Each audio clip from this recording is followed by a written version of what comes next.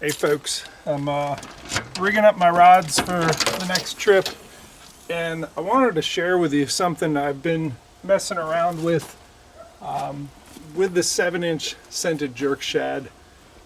In particular, putting stinger hooks on them. This is something I've kind of gone back and forth with Ryan Parker about, since he showed me how he does it with his with the mag drafts. And basically, there's a lot of fish that'll come at this bait, the 7-inch Scented Jerk Shad, grab the back end of it, and if you have it rigged up with usually a Z-Man ZWG, you miss those fish. I'm going to show you a way that you can really quadruple, and that's what the case was with me. As soon as I put a stinger hook on this, quadrupled my catch rate. Let me show you how that works. So what you're going to need, obviously, is the 7-inch Scented Jerk Shad. The hook that gets rigged up here, and in my case I'm actually using one that I make myself, but the Z-Man ZWG works for that. Here's what the stinger hook is. And I played around with doing treble hooks and then cutting one of the 3 points off and having a double hook. I had to squish those together, and in doing so found that I was really weakening that hook. I actually broke some of those off on the hook set. But I've found that going to a single hook, and in this case this one is like a finesse flipping hook. You could also use a Nico, but basically anything that's not an EWG, because you're going to need it to lay flat. You're going to use the main line, but it's basically going to lay somewhere right on the end of it there. Let me show you how we do that. And there really is no pre-rigging, because the line between the line tie and the stinger hook is your main line. So it's all straight braid. So my main line is just 20-pound braid, and I'm gonna go ahead and just tie a Palomar knot here to the keel weighted hook. And in doing this Palomar, usually at the end of it you trim off the end. We're gonna leave that end long. Nice long tag end. Do that overhand. Go ahead and put the hook through the loop, just straight up Palomar, right? But usually I like to do on these hooks, I like to do the snell knot, but this is a little bit different application. Okay, so now you're actually going to want to put your bait on there, but leave that end long, because this is going to be what you use for the stinger. Rig this guy. A lot of people ask, hey, how do you get the eyes on there? I crazy glue them. I use Gorilla Glue gel, and usually to do that you have to use toothpicks to kind of push down in the center of the pupil to get it to seat just right, and to not have that stuff all your fingers. So alright, I also wear nitrile gloves, because I can't not get the stuff on my fingers.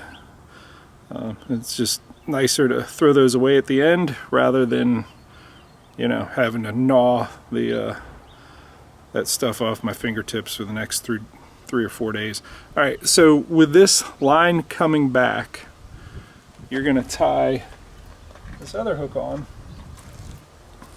and you can tie whatever you want. Palomar, you can do a snell knot if you want. I'm going to do a Palomar. This is probably the hardest part, is getting the distance right, and then you can trim it. But I've had to tie and retie these things sitting out on the water so many times, it's maddening. I don't have a trick for telling you how to get the length right. It's kind of not a fun thing to do, but if you get it right, man, your hookup percentages are going to be sky high. So I'm going to guess somewhere in this range, and let's just tie that kind of loose here. Is that good? Is that a good distance to come back there? I think it is for how long that hook is. So let's go ahead and tighten that down, and we're only gonna tug on the tag end. We're gonna take that up. Come on. You may have to do pliers to pull this through. Nope, I'm getting it. Okay, so hopefully I did that right, and the length from the nose to where I want this to lay flat is good. Yeah, I like that. That's sitting right back there. Now I'm going to trim this off. This part is important. You want to look at where it goes in, okay? And I do want this one pointed up. You can do it up or down. I really don't think it matters, but you definitely want it entering right where that's going to stay, because you don't want the line on the top to be like this, because that's a bait that's going to corkscrew. You also don't want it like this, because that's going to catch grass. So you want it flat. So that's a very specific entry point. I'm going to go in there, and you can run the length if you want. I'm just going to go in and out, and all this is a place for that to kind of catch and lay flat and catch a little bit of plastic. Keep going.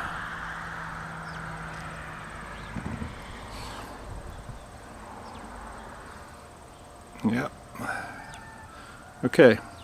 See how that pretty much lays flat? That is what you want. Now, I don't leave this just loose. I just kind of, almost like I do with the palmetto bugs, I let it go in there,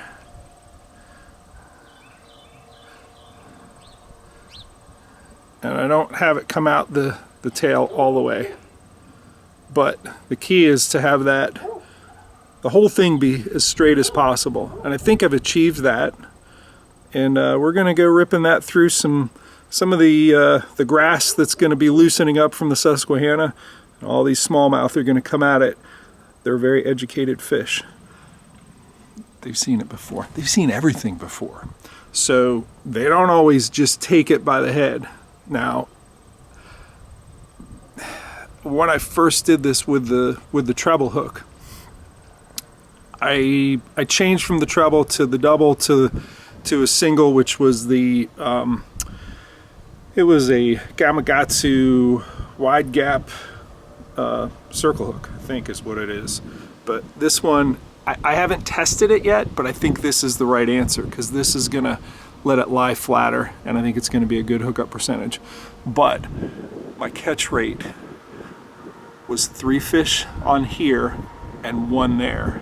What that means is, if I caught 4 fish, 3 of them were here, 1 was here, I have quadrupled my catch rate with this rig.